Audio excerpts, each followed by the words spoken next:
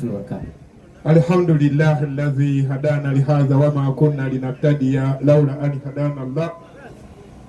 Ashhadu an la ilaha illa Allah wahdahu la sharika lahu wa ashhadu anna Muhammadan abduhu wa rasuluhu. Qala Allah ta'ala fi Qur'ani Karim, inna Allaha la'ana al-kafirina wa adda lahum sa'ira khalidina fiha abadan la yajiduna waliyan wala nasira. Wa qala aidan alladhina amanu yukatiluna fi sabilillah walladhina kafaru yukatiluna fi sabili tawagut fakatilu awliya ash-shaytan inna kaida shaytani kana dhaifa. Abebitibwa tumwebaze Allah, buli musiramu woli webaze Allah eyakulondera obusiramu nga ye dini yo, nga ye dini y'abannabbi. Mikwano gyaffe era obwedde obalaba nga bwe babonaabona badaagana bagezaako okuyimiriza ekintu ekitasobola kuyimirira kiyimirire. Olwaleero emigaso egiri mu Bayibuli n'emigaso egiri mu Qur'ani, mikwano gyaffe bandibadde batubuulira emigaso egiri mu Bayibuli singa gibaddeyo. Naye nze ngenda kusomayo olunyiriri lumu, aboogeredde Bayibuli mujje mumbuulire emigaso egiri mu lunyiriri olwo. Yeremiya 4:10. Yeremiya 4:10. Eyasoose okwogera Bayibuli weetegeko gy'ombuulire emigaso egiri mu lunyiriri olwo. Ebigambo bino esebo tinendyoka njogera nti wowe Mukama Katonda ng'olimbye eggwanga lino. Jangu mugaso ki oguli mu lunyiriri olwo? Sebo omugaso gwo Bayibuli eyogera ku abo abantu bennyini abataafayo okwenenya ate ne bakaaba ne bagamba nti Mukama abalese. Nkibona ekigambo nkibona ekitabo kye bayita Yakobo essula y'okuna, osobola okitegeereza wennyini. Ddayo otuule ogwo lubadde lulwo. Ezekyeri mmeka? 12. Omuntu gwe mwasomeseza naye aluwa? Atudde wali. Jangu Ezekyeri 12. Gwoyogerera olwo kati situka deni nkuwunzike nzire ku mulamwa. Egamba era nagiryananga emigaati gya sayiri. Bayibuli egamba nti bw'ogenda okugula emigaati egya sayiri tiputopu ntake kidda walime. Egamba era onagiryanga emigaati gya sayiri era onagyokeranga mu mazzi. Ojja kugisiigangako amazzi agava mu bantu olye okombe n'engalo. Yitambula ng'aliko mwoyo. Jangu otubuulire emigaso egiri mu kulya amazzi n'okomba n'engalo. Kwata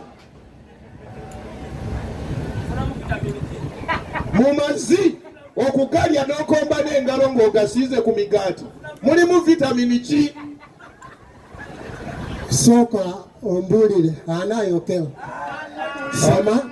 Allahu akbar, la ilaha illallah, Allahu akbar, Allahu akbar walillahil hamd. Otulabyeko nnyo bayi obatumire. Kyetubagamba nti ne bennyini mmwe Bayibuli temukikkiriza. Bayibuli okeera enkya nekugamba ate mwe abasimatooyo empanvu mulemesa abantu bano okulya amanaganya.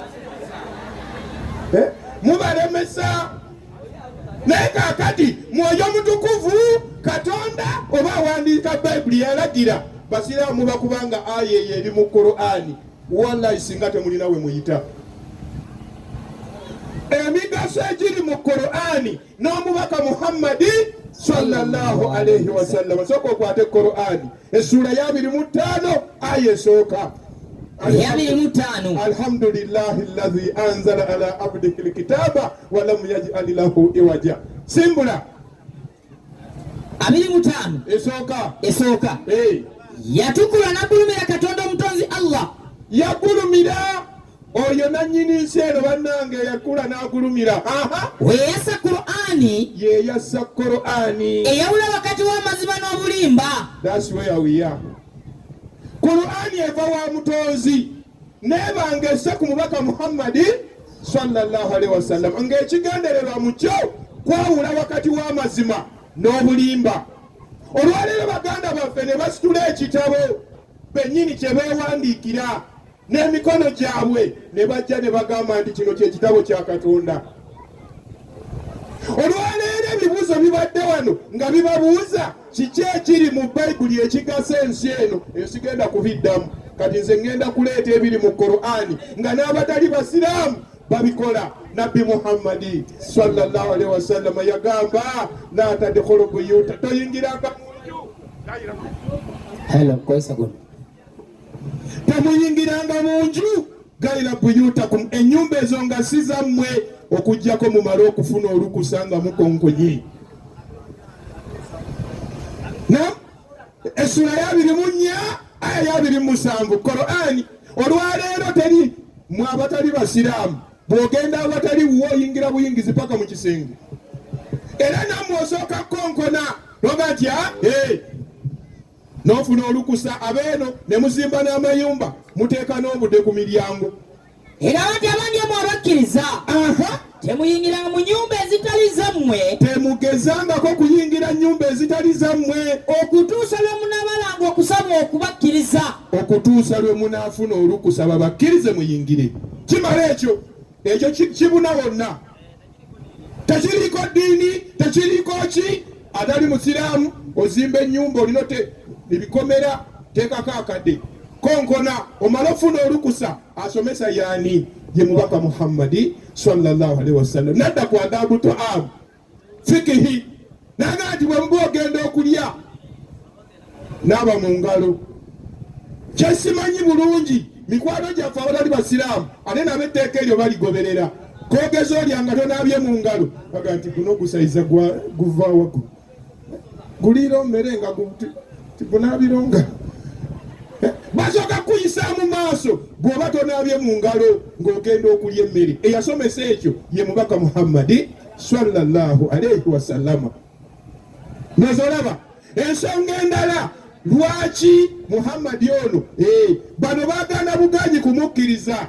Lwaki? Kubanga ye yajja n'eddiini ey'amazima. Essula ya 8 aya ya 28 huwa allazi arsala rasulahu bilhuda wa dinil haqq liyuzhirahu ala dini kullihi walau kariha almushrikun. Yajja n'eddiini ey'amazima. Bano nga balina eddiini ya Ibilisi kati balinamu kuba vita. Egamba yeye Katonda mutonzi Allah yeye yatuma omubaka we Muhammadi sallallahu alaihi wasallam, yeye yatuma omubaka we Muhammadi sallallahu alaihi wasallam naki n'obulungamu ekyo kimu awamu n'eddiini ey'amazima ey'obusiraamu. Allahu akbar. Allahu akbar. Musiraamu gwalina eddiini ey'amazima. Mbano bennyini beekakasaako nga eddiini gye balina si y'amazima. Ku kiyama Allah agenda kukkiriza busiraamu. Ngambye ki? Ku kiyama Allah agenda kukkiriza busiraamu bwokka. Bano beekakasaako nga bamuliro. Muziika abatali basiraamu. Baleeta gentleman nga bamutadde mu bokisi nene bakudaala boolaba abo. Bamwambaze engatto z'atakyasobola kutambuza. Ne bamuteekako n'eggalubindi z'atakyasobola kulabisa. Allahu akbar. Naye ekisinga obukulu ne baleeta akabonero ne bateeka kungulu. Mwali mugenzeeko ku ssomero akoze pepa n'agiyita, waliwo akabonero ke bateekako n'ab'obululu ke baatwala. Akabonero agudde pepa, buli kibuuzo kyagudde bateekako musaalaba. Kati mbuuza mu abatali basiraamu, mutabani we singa akomawo n'emisaalaba mingi mu kitabo abeera mukulisitaayo nnyo oba abamusiru? Kati gentleman bamugalamizza n'agamba nti ono ali muno emirimu akoze eki? Waka Samsung volongoto emirimu ka. Kati ne basitula ne batwala kabona avaako mabega mu magandula amanene n'ayimirira ne baleeta ettaka ku kitiiyo n'ayoola olubatu olusooka n'agamba nti ettaka mu ttaka. Ne lutegeera nti omuntu yava mu ttaka era azze mu ki? Mu ttaka. N'ayoola olubatu olwokubiri n'agamba nti enfuufu mu nfuufu. Ne lutegeera nti enfuufu bw'ekala ettaka bwe likala ye lifuuka enfuufu. Naye olubatu olwokusatu luno lwakuba nti mwe mulindiga mwandibadde mwaddukayo dda. Nti evvu mu vvu. Waliwo awabeera evvu nga tewali kisiridde? inna alladhina kafaru min ahli alkitabi wal mushrikina fi nari jahannama khalidina fiha abadan ulaika hum sharrul bariya. Allah tasobola tulimba nazobo kiraba emigaso ejiri mu Qur'ani olwale mu dakiika zino 5 ezimpeereddwa gye ngenda okwogerako. Omugaso ogusooka Nabbi Muhammadi sallallahu alaihi wasallama bano okuleka bano bakaceere naye abasajja abayivu bonna batuuka okusalutinga omubaka Muhammadi sallallahu alaihi wasallama nti Qur'ani gyazze nayo azze n'amazima. Essula ya 2 aya 146 Esura ya 2 aya 146 alladhina atainahum alkitaba ya'rifunahu kama ya'rifuna abna'ahum wa inna fariqan minhum la yaktumuna alhaq wa hum ya'lamun. Ye aya jennonya egamati abo betwawe ekitabo abo bananyini kitabo Allah yabagattawamu Bayudaya, Bakatuliki, Baseveniside, Balokole, Baprotestanti, twala tugende bonna n'abananyini misalaba n'azinga wamu bakola ki abetwawe ekitabo bamanyi Nabbi Muhammad sallallahu alaihi wasallam n'obwannabbi bwe bamumanyi bulungi nnyo nga bamanyi abaana baabwe nga bwe bamanyi abaana ba Nabbi Muhammad bamumanyi bulungi era ne bano agambagana buganyi kumukkiriza naye ng'agati bw'aba ayogeraga nti nze Nabbi Muhammad simukkiriza amakulu nti amumanyi nga nabbi n'akola bukozi mbazzulu. Bamumanyi bulungi n'amazima ge na buli kimu kye yajja nakyo nga ky'amazima naye obuzibu buvaawa era amazima ekibiina mu bo wa inna farika minhu bano abambala amataayi bano bakweka amazima gonna amazima baddegako ne bagatuulira nga nabo bamanyi nti balimba wahumu nga bamanyi nti ge bakwese ge mazima. Kati tubuuza naye mu bo mulimu ate abasajja abagezi abasoma Qur'an ne basoma ebyafaayo by'omubaka ne bagamba nti ono Muhammad ateekwa kuba nabbi. Lwaki? Sooka obikkule essula ya 23 aya ye 12 kati tugenze wa Profesa Kyisawe mu kitabo ekiyitibwa The Developing Human. Kati tulinnye 23 meka tuli wa Profesa 23:12 egambe bigambo bino bulira bye yazuula mu risaaki ye mazima Katonda yakola omuntu Adamu nga amujja mu bbumba oluvannyuma tumufuula amazzi agazaala oluvannyuma yafuulibwa kati wano baganda baffe babeera ne bakolera confused nti ate omuntu afuulibwa atya amazzi agazaala ng'ate yatondebwa mu ttaka. Nedda, Allah bw'amala okutonda Adamu n'amussaamu enkwaso. Kati Adamu yatondebwa butondebwa ne mukyala we Hawa entonda mugimanyi bulungi. Kati ffe nze naawe Allah yatuteeka nkwaso ku mugongo gwa Adamu. Genda mu maaso igamba agali mu nabaano munywevu oluvannyuma ne tutonda okuva mu mazzi ago ekisaayisaayi. Kati awolaba amazzi gano bwe gamala okutuuka mu nabaana gye gayita mumanyiyo wendi waliwo abaana mu nsaasiro anaaba takitegedde ovuunulira akuliraanyi gye gayita omanyiyo ne gatuuka ne gatebenkera mu nabaana nga gakyali mazzi nga naye baba gasudde mu kkubo togalonda ne mwepanka kulonda teryasobola galonda. Kati bwe geetabula ne gafuuka ki? Ne gafuuka ekisaayi kyayi ate lindamu tugende mpola ennaku. Kati Nabbi Muhammadi sallallahu alaihi wasallama omusajja ataasoma ataagendako ku ssomero ate bannaaye ekyobutagenda kwe ku ssomero kyatuyamba abantu ba umma eno kubanga amasomero agaaliwo ebiseera ebyo gaali g'Abayudaaya. Bano bakafiruuna bandibadde beewaana nti ebyo byonna byatugamba ffe twabimusomesa aba kugendayo okwo naye Allah n'abachallenginga n'aleeta Profesa.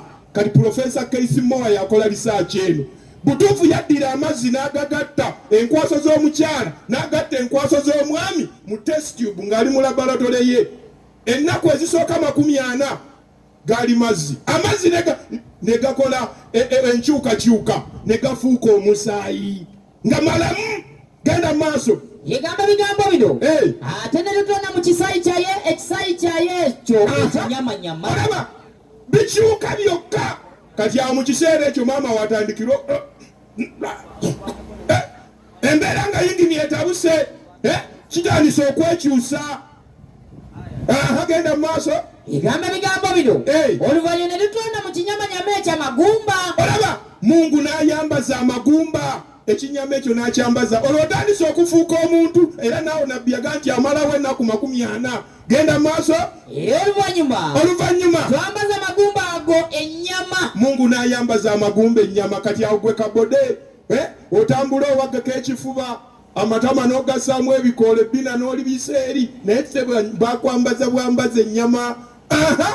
Igamba ebigambo bino ate mazima ekomyawo egamba ne tumutandika olutondo olulala. Kati ate omwana Adamu n'atondebwa olutondo olulala. Kale yatukola Katonda omutonzi Allah y'omulungi okusinga tonzi bonna. Olaba yagulumira oyo Allah bino byonna Allah. Professor Kyisawe agamba nti Muhammad, I wonder how accurate Muhammad was. Omusajja yazaalibwa mu kyasa kiri a primitive age n'aba nga yasobola okuzuula ebintu n'asomesa ebintu nga ffe okubiraba ssaawa eno tweyambisa byuma bikalimagezi.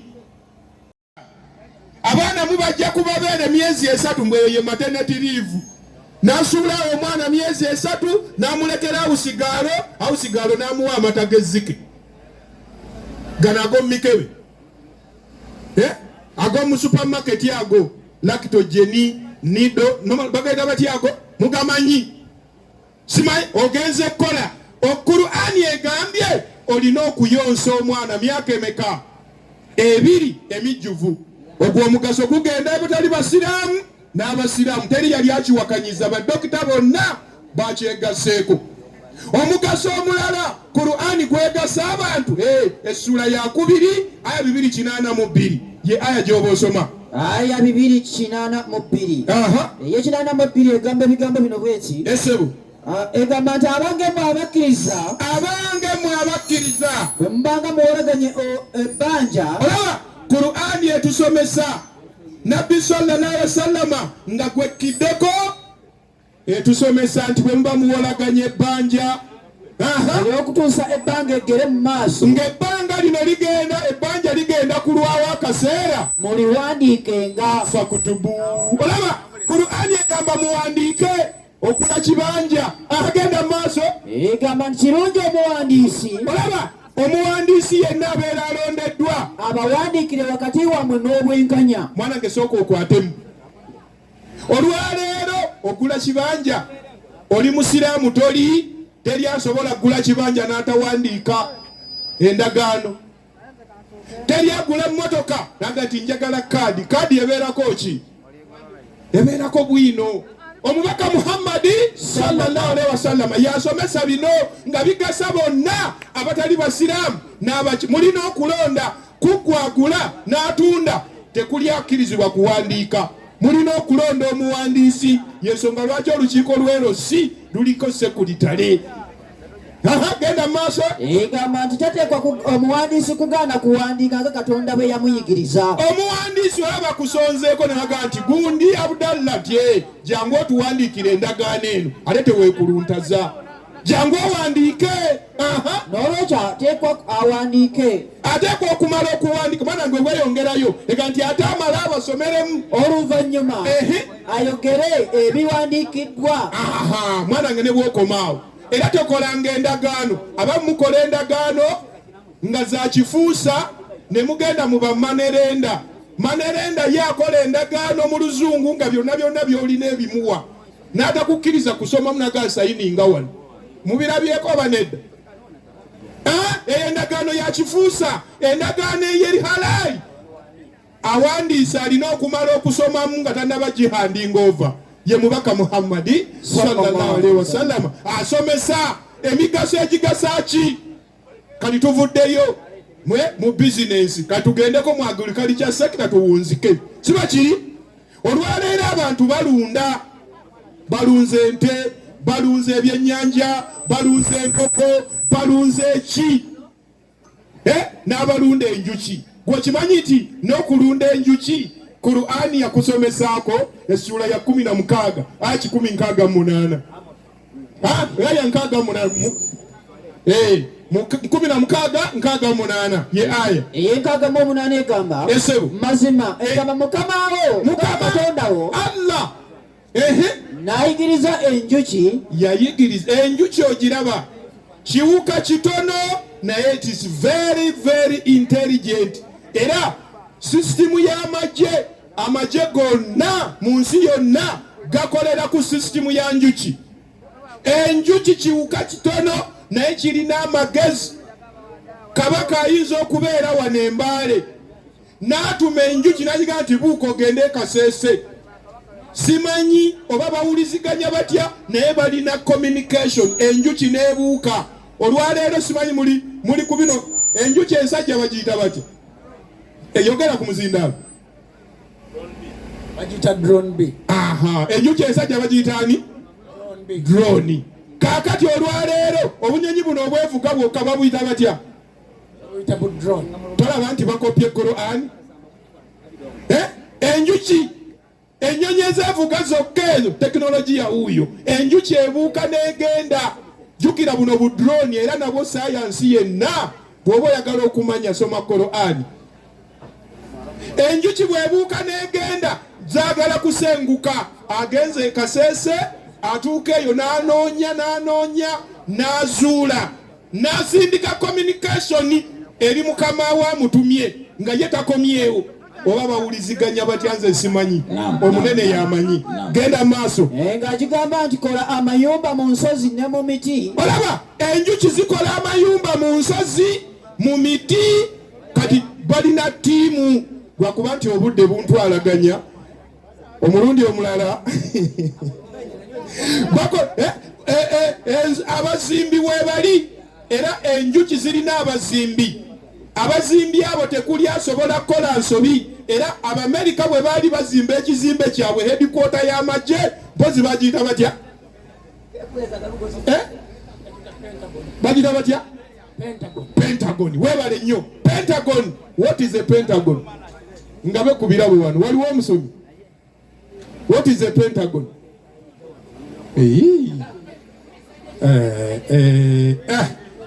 Kale ebirabo byange kambyesigalise. A five-sided polygon. Kati ekizimbe kya Pentagon headquarter y'amagye America kya nsonda 5 bakopa njuki. Enjuki nazo bwe ziba zizimba emizinga gyazo mwe bateeka omubisi balina abazimbi, balina birigi, balina fuuti, balina bapima 29 nsonda ezi. Kokumala kubeerako omuzimbi akyamya mu njuki oyo bamutta busi. Genda maaso mwana wange aya tukimaleyo kazenda ndi bubi. Egamba nti oluvannyuma lw'okuzimba n'agigamba nti lya buli bibala. Allah n'agigondeza ebibala. Bw'omala okwate amakubo ga mukama wo ge yakugondeza. Omubisi oguva mu bimuli, mu menvu, mu fene ne mu musulo gwe muvuka. Enjuki erina akalungo genoonya akonja kakubuulira onziza wali n'enkugula nkuba akaamu. Enjuki zijja munda waazo ebyokunywa. Enjuki bw'emala okunuuna omubisi n'ejja munda yaayo mu ebyokunywa ebyamabala amawuvu nga gwe mubisi. Olaba? Omuli okuvumula endwadde eri abantu. Mu mubisi omwo mulimu okuvumula buli kika kya ndwadde. Nabbi Muhammadi sallallahu alaihi wasallam yatugamba nti mwejjanjaba endwadde zammwe nga mukozesa ebintu bibiri, asaali ne habati sauda. Mu mubisi omwo tewali sirapu ekolebwa ku mwaliro gw'ensi wano okuggyako nga eteerebbwamu omubisi gw'enjuki. Saawa n'omubisi gw'enjuki kantu katono bwe kati. Kabeera ka bbeeyi. Bani abalunzi balunda enjuki ne bazifunamu ssente naye ng'asomesezza okulunda ye mubaka Muhammadi sallallahu alaihi wasallam. N'ekisembayo abagezi mu bakristaayo bakkiriza omubaka Muhammadi sallallahu alaihi wasallam mu dakiika ezino ebbiri ezisigaddeyo kanzikozese bulungi kazenda ŋŋambye. Tugenda kuggyayo omugezi omu ayitibwa Michael Hart. Bwe twogera ku Michael Hart, professor, doctor, lecturer, physician, yakuguka ebyomu duniya n'ebyomu bwengula. Yakuŋŋaanya abasajja mu byafaayo. Ono yali lecturer. Amisi jangu eno, Amisi ow'emarale. Genda maaso taata eddakiika. yakuŋŋaanya bakafulu bonna abaali babaddewo ku mwaliro gw'ensi eno. Yawandika ekitabo yatuuma the 100 influentials. Basajja 100 bahitira ba Mussolini, ba Mao Zedong, ba Ashoka, Gautama Buddha, bonna n'abateekawo muwumbo. N'anoonya omukulembeze w'abantu bano, n'addamu n'akola review emyezi 7. Eno ye research gye yajja nayo. Yaddira Muhammadi sallallahu alaihi wasallam n'amuteeka ku namba 1. N'addira Isaac Newton muna physics n'amuteeka ku namba 2. N'addira Jesus Christ n'amuteeka ku namba 3. Olukiiko lwa Cardinal Council ey'Amerika n'emutwala mu kkooti nga bamuvunaana okuddira mutabani wa Katonda n'amuteeka ku namba 3. N'addira omusajja ow'omuddungu Muhammadi n'amuteeka ku namba 1. Gavumenti emubuuza tukuwe looya, Cardinal Council omusango gwekuwaabidde, n'agamba nti tewali bwetaavu bwa kumpa looya, ate nsooke mwonnyonnyole byajja okubannyonnyola. N'agamba nti nze mwennyini ŋŋenda kubeera looya wange. N'ayimirira mu kaguli, omusango n'agumegga. Kooti n'eragira abeere nga bamuliyirira emitwalo gya $40. Bino byaliwo mu 1978. Ng'omusango amaze okugumegga, bino bye yabagamba. Yabayita, yabagamba nti esente nzibasonyiye wabula mumpeeko emitwalo 10, era bamuwako emitwalo 10 egya $. Ng'amaze okubeera ng'abamegga, yabayita n'abalekikyalinga. Bino ngenda kwogerako 3 bokka mu ddakiika emu. Assalamu alaikum wa rahmatullahi. Wa alaikum salaam. Webale kitegeera omusomi yantegeererawo. Webale nnyo, webalire ddala. Ebigambo abadde akyalina bingi naye obudde kati we butuuse buddukanga enjuki. Tusaba mukkirize mutusonyiwe naye nga webale nnyo tutangaaza ensonga Qur'ani zeetegeeza nga zigasa ensi. Ndowooza mutegedde abasumba Isirayiri ne banno, mutegedde ebigenda mu maaso. Olinayo omusumba kikato esaawa eno? Mpaayo omu yekka. Ninawo Amos. Amosi siniya Nkuusi. Linnya waggulu. Amosi siniya Nkuusi. Linnya waggulu awo. Yanguwako. Anti gw'oyagala bakukuŋŋaanyiza abantu weepikanga alina bwimi. Bw'oyagala Kyisawe kiramba. Kyisawe kiramba. Myaka 9+. Genda e Namboole. Kaji. Linnya bulungi togwa. Nga bw'alinnya. Abantu bajjukiza entebe. Entebe okwata senyisi 10. Ate abasigadde kapeti eyo eri awo nataddewo green carpet otuulako awo wansi awo. Wangi alinnye mumpeera akazindaalo. Bakampadde simu. Weeyanjule gwani. Nze Amos Nkuusi jamuwuliza kwayo ayo. Kamulali yennyini. Kamulali wangi. Perimani w'Abasiraamu. Banga Abasiraamu basaga busaaji wano. Kamulali tuliira mu piraawo. Ate mulyanze mulokoke. Tugenda kulya awo. Mulye mulokoke. Kakati tugamba bwe tuti. Tugambe. Katonda yaani? Katonda. Abantu bagamba nti Yesu Katonda batuufu. Yesu. Kale eddakiika nkuwadde 5. Oko emulamu guno kagusomesa nnyo. Wuliriza Katonda yaani? Bintu agambye tabasaba. Oba tobisobola wuliriza. Ate bisobola ki? Nga tobisobola. Oba tobisobola ng'okka saagala kuyomba. Si kuyomba. Mbale njagala okukwata ekiriza naye omutaasizza kubanga talina byasomesezza. Oyo omutaasizza Yesu Katonda oli yekayeko omulimba omutaasizza. Omanyi mumanyi kubataasa. Singa mukuuteko ensi yonna yandirokosa. Ono aleeta alambu Katonda waawa. N'aleeta Kulaani terina makulu. Kulaani ddogo n'abiteekaawo. Yesu yaani kati nsomesa ekigambo. Yesu yaani omanyi ebintu bino bitawula Abasiraamu. Bwe tubagamba nti Yesu Katonda ne bawakana. Tubagamba nti Yesu yafwa ate teyafwa. Kati wuliriza kiri awo. Ani Katonda yekka yetafwa. Owuliriza awo. Yesu Katonda si Katonda. Bwe tubagamba nti yafwa ate Yesu teyafwa. Kati awo obwongo buba bukolera wa. Katonda yekka yalina obutafwa. Wuliriza. Katonda yekka yalina obutafwa. Obanga Yesu teyafwa oyo Katonda yennyini.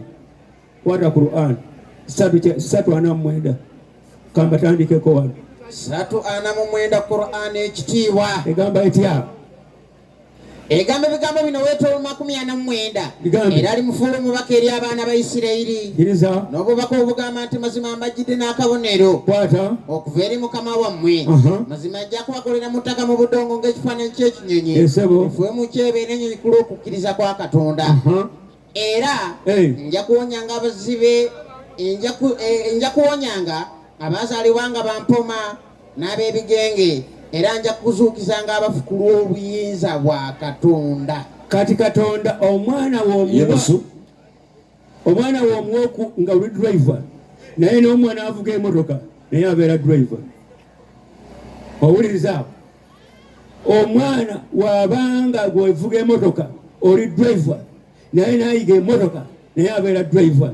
Kati ekiisa Yesu Katonda kubanga naye yatonda mpeereza Yokaana emwemu egamba nti kuloberebere waliwo kigambo kigambo n'aba awali Katonda kigambo n'aba Katonda ekirira ng'egamba ebigambo bino weeti oyo yaliwo kuloberebere awali Katonda ebintu byonna byakolebwa ku bwoyo era awatali ye tewakolebwa kintu na kimu ekyakolebwa egamba nti obulamu bwali mu ye obulamu ne buba omusaana gw'abantu omusaana ne gwaka mu kizikiza ekizikiza tekyayinza kutegeera ebintu byonna ente z'olaba abantu abatudde wano Yesu yabatonda ebisolo Yesu yabatonda katumira Yesu yekka yatonda bintu byonna namwe abali wano ate yagenda okubawa obulamu ate yagenda okubazuukiza teri yagenda kubajja emagombe teri yagenda kujja emagombe Muhammad Yesu yekka kuba ye Katonda Yesu yekka yagenda okujja Muhammad emagombe.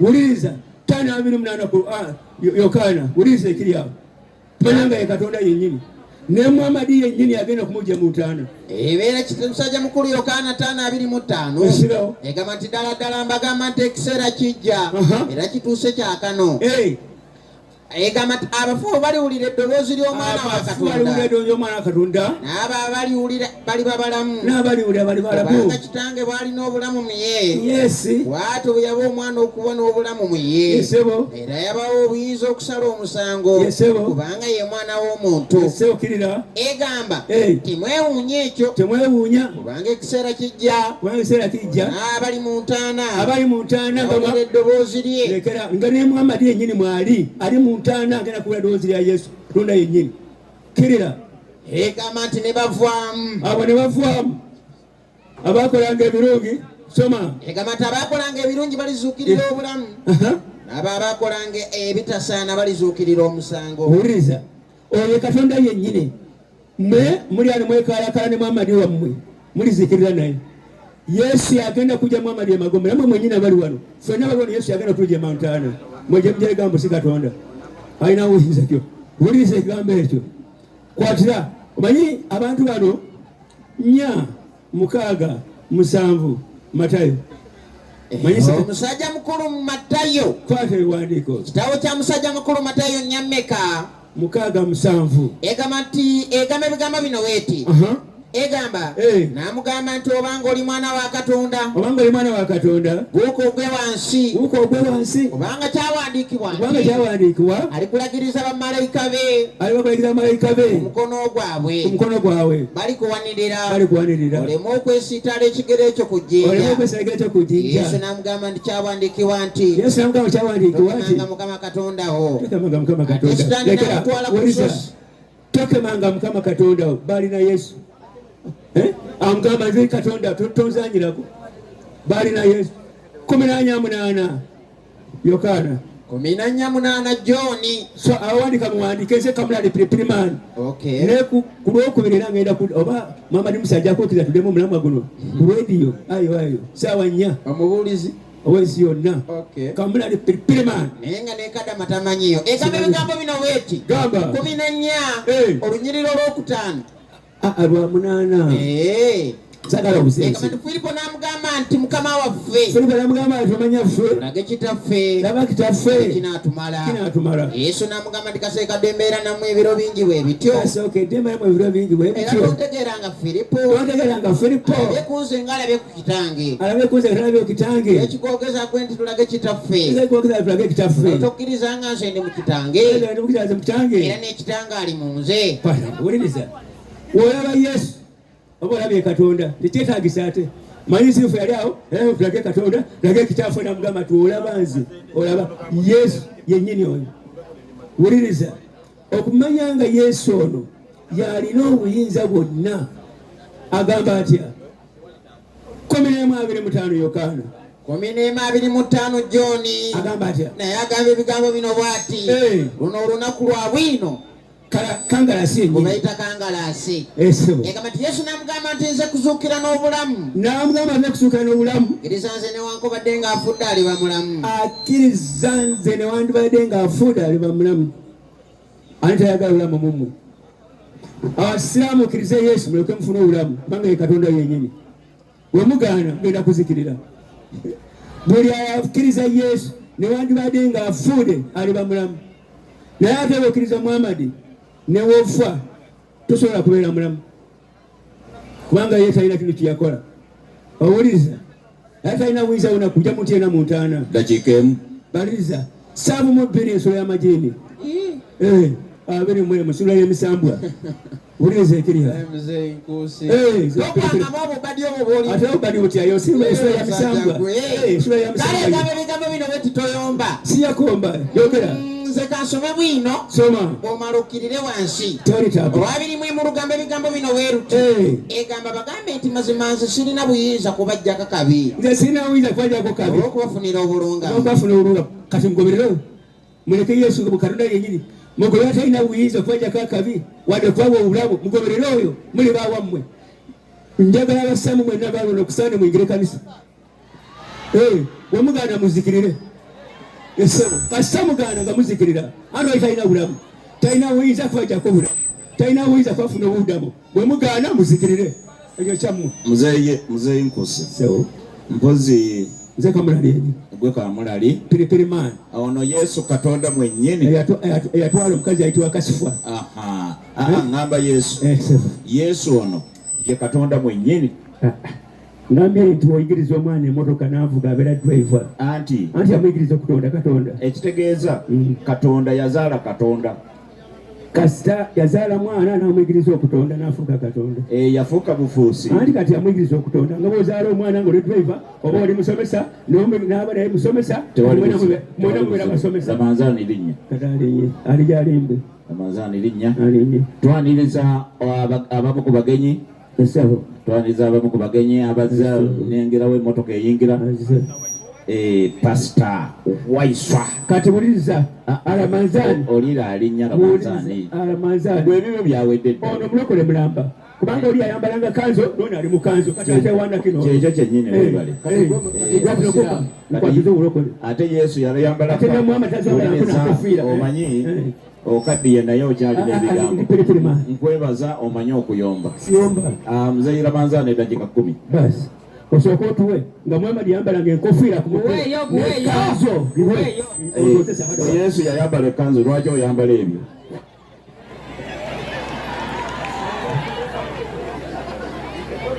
المحمود هو الله الذي خرجنا ونجانا من قوم الظالمين والصلاة والسلام على خير خلقه هدى محمد صلى الله عليه وسلم وعلى آله وأصحابه أجمعين.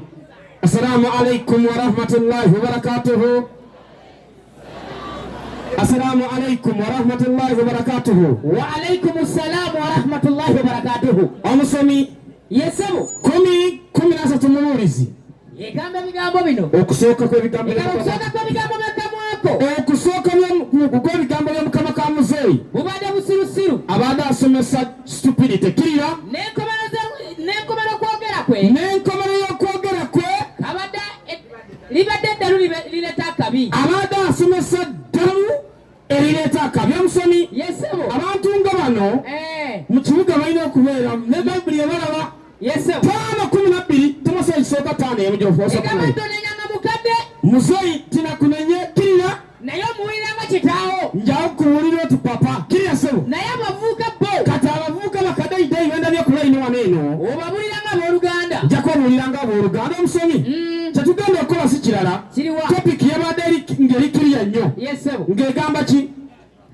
Yesu Katonda. Yesu Katonda omusomi. Yesu tasobola kubeera Katonda era tayinza kuba Katonda ate taliba Katonda.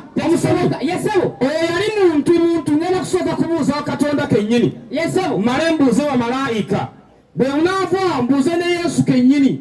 Tuuzikire wa mama wa muzaala. Omusomi. Yesu. Nagambe tusooka nani? Mungu. Tuuza Katonda. Yesu mu maaso go yani. Nyaki 17 mu Qur'an. Nyaki 17 mu Qur'an. Qul ya ahla alkitab la taghfiru dinikum wa la taqulu ala Allah ila alhaq. Innama almasih Isa ibn Maryam rasulullah. Soma sebo. Egamba bange bananyini kitaba baidaya n'abakristayo. Kiriya sebo. Temukangula mu dini yammwe. Temugezanga kangula mu dini yammwe kiriya. Era temwogera mu Katonda wabula mwogera mazima gokka. Wala taqulu ala Allah ila alhaq. Kiriya. Mazima Isa Yesu Kristo. Isa Yesu. Masiha mutabani wa Mariyamu. Masiha mutabani wa Mariyamu. Kiriya. Ye mubaka wa Katonda. Mubaka wa Katonda. Ekigambo kye yasula eri Mariyamu. Ekigambo kye yasula eri Mariyamu. Era omwoyo gw'ava gyali Katonda. Era mwoyo ogwava eri Katonda. Omusomi. Yesu. Kati tamulaini eyo tugende mu Bayibuli namu. Egamba bange bananyini kitaba abakristayo n'abayidaya. Temukangula mu dini yammwe. Kiriya. Era temwogera Katonda mu bulimba wabula mwogera mazima gokka. Ye Masiha Yesu Kristo. Isa mu Qur'an tumuyisani. Masiha. Kwata Bayibuli Zaburi 2:2. Zaburi 2:2 egamba ebigambo bino. Bakabaka b'ensi yanguwa. Bakabaka b'ensi. Bateeseteese. N'abavuga ne bateesa ebigambo. N'abafuzi bateeseza ebigambo. Ku Masiha wa Mukama. Ku Mukama nani? Ne Masiha we. Qur'an emuyisani. Masiha. Nene bamuyisani. Masiha. Omusomi. Yesu. Nyaki 17 emukirira. Abange bananyini kitabo ab'abayidaya n'abakristayo. Temukangula mu dini yammwe wabula mwogera Katonda mazima gokka. Kiriya sebo. Mazima Isa Masiha mutabani wa Mariyamu. Mutabani wani? Owa Mariyamu. Mutabani wani? Owa Mariyamu. Mukaga 2:35 Makko. Egamba abasabiti bwe yatuuka. Otyo. Natandika okuyigiriza mu Tubuuze Bayibuli Yesu ali mutabani wani? Kiriya. abasabiti bwe yatuuka natandika okuyigiriza mu kkuŋŋaaniro.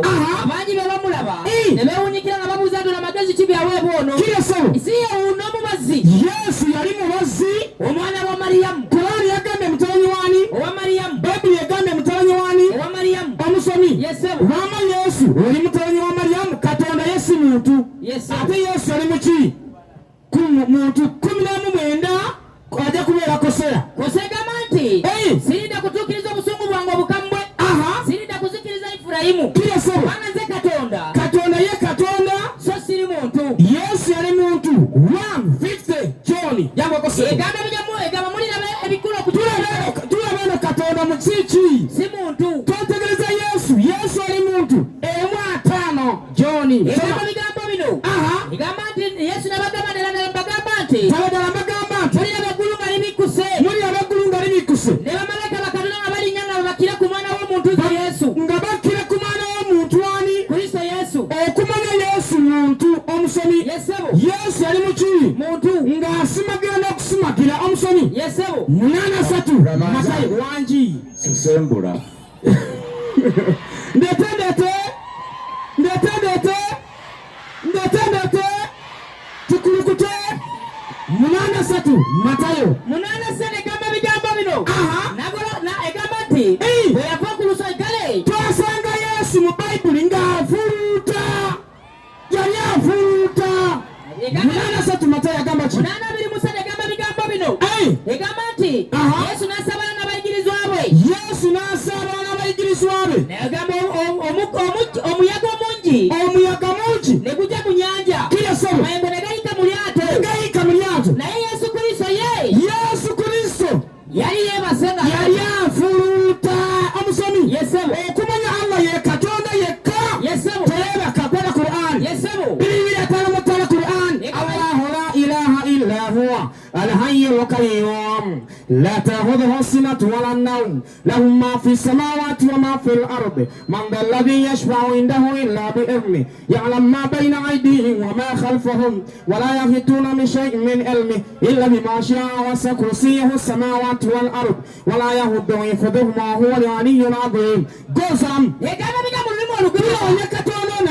Yesu amusanze ng'afuruuta alota ali soma shekhe Katonda omutozi Allah yoyo yekka ateekwa okusinzibwa tewali kalina mulala okujja kwa ye yekka Allah omulamu ayimiridde okulabira bitonde bye byonna aliwo mirembe na mirembe kiresaba Allah oyo takwatibwa kusimagira la ta'khudhuhu sinatu wala otulo omusomi twasanga Yesu okumanya muntu ng'alya n'emmere 11 ajja kubeera ameka asatu musambuluka egamba bigambo bino awo lwali lumu omufalisaayo nayita Yesu okulya emmere bayita Yesu okumanya muntu olya emmere osibira manju kirira omufalisaayo bwe yalaba Yesu nagenda atuula ku mmere kirasaba omufalisaayo bwe yalaba ekyo omufalisaayo ne yeewuunya Katonda Yesu afwenka kirira kubanga Yesu Kristo tasoose kunaaba mu ngalo nga talaba kulya omusomi Katonda gwe tusinza Allah wabula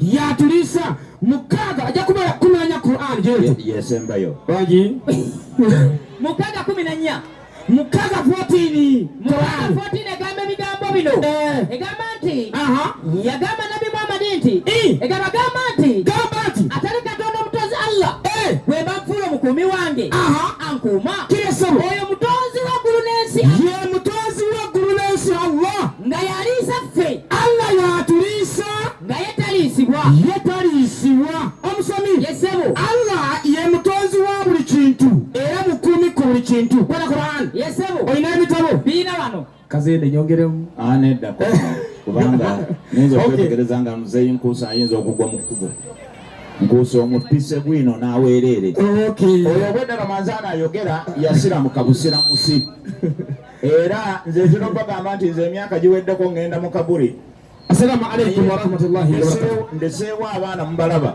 babuulira amanya nagyova nze Ramadhani musoba tufubutuka lwakaaka na Misindo district naye mpanga alya n'amabasa okusiraji muniira ndiyo bwenviirawo wama kwe kubeera abagezi ngabira n'amabasa webale nnyo webalire ddala mwebale abasiraamu mwemuli anti ngenda kuleeta ebyuma kati mubiwulira kati byewagala gamba mu ekigambo kimu nti takbir